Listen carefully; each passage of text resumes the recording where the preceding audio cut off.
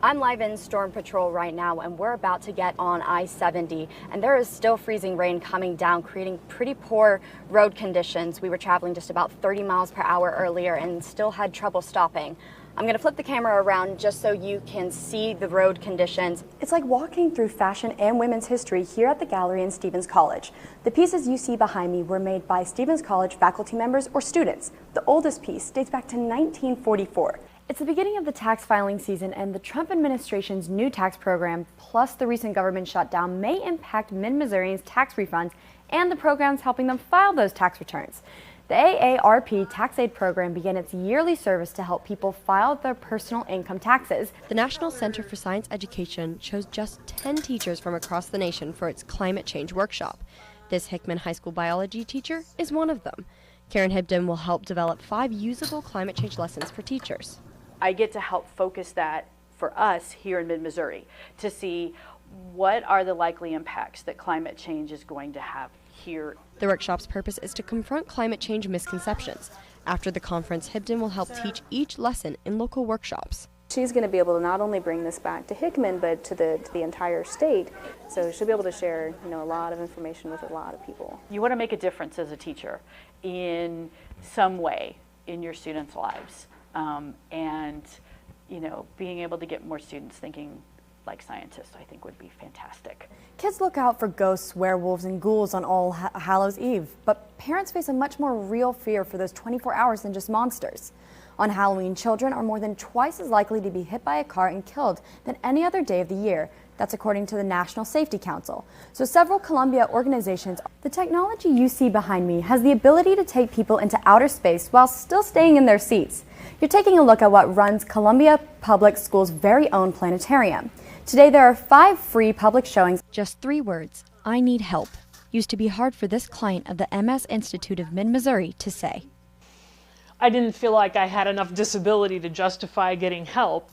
But the MU student organization Rockin' Against Multiple Sclerosis director convinced Kim Williams they wanted to help.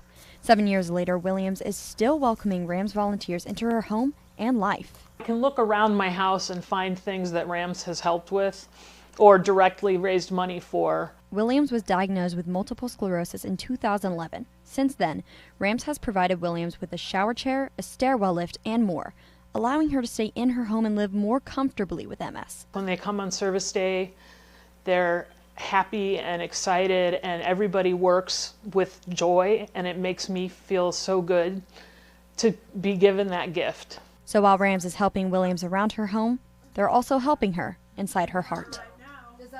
Throughout Columbia today, you may hear this. That's because runners and walkers in the annual Jingle Bell Run have tied these jingle bells to their shoes.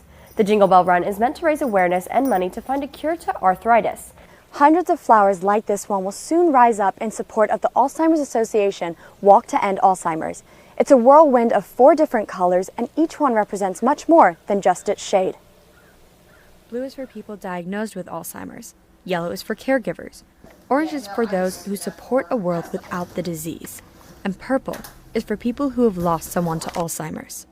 Each person will lift up their symbolic color until every flower is spinning in the air at the Promise Garden ceremony in today's Walk to End Alzheimer's. It celebrates the hope and the connection that everybody has, and really just honors every part of what this disease does to families. Willett and her family hold purple.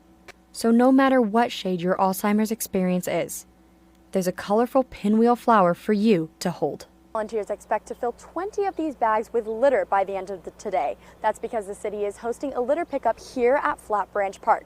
Now this pickup is one of about 120 the city holds each year. There are more than 300 mangers here in Campus Lutheran Church. Some are from the Midwest, others from across the globe. Kenya, Myanmar, Germany, and more. Each has a specific story about Christ, culture, and family. That's part of our heritage. That's part of who we are. We pass them down through our families from generation to generation as a testament of our love to the Lord, but also our love of our families. This Saturday, Meet Me at the Manger is open to the public for the first time. Each manger belongs to a Campus Lutheran Church member, which they got through their mission trips and travels. Now, Kendon did tell me one of the mangers inside is made from clay dug straight from the ground in Columbia. while another manger is made of tufts of wool from sheep from Iceland. Reporting in Columbia, Annabel Thorpe, KOMU 8 News.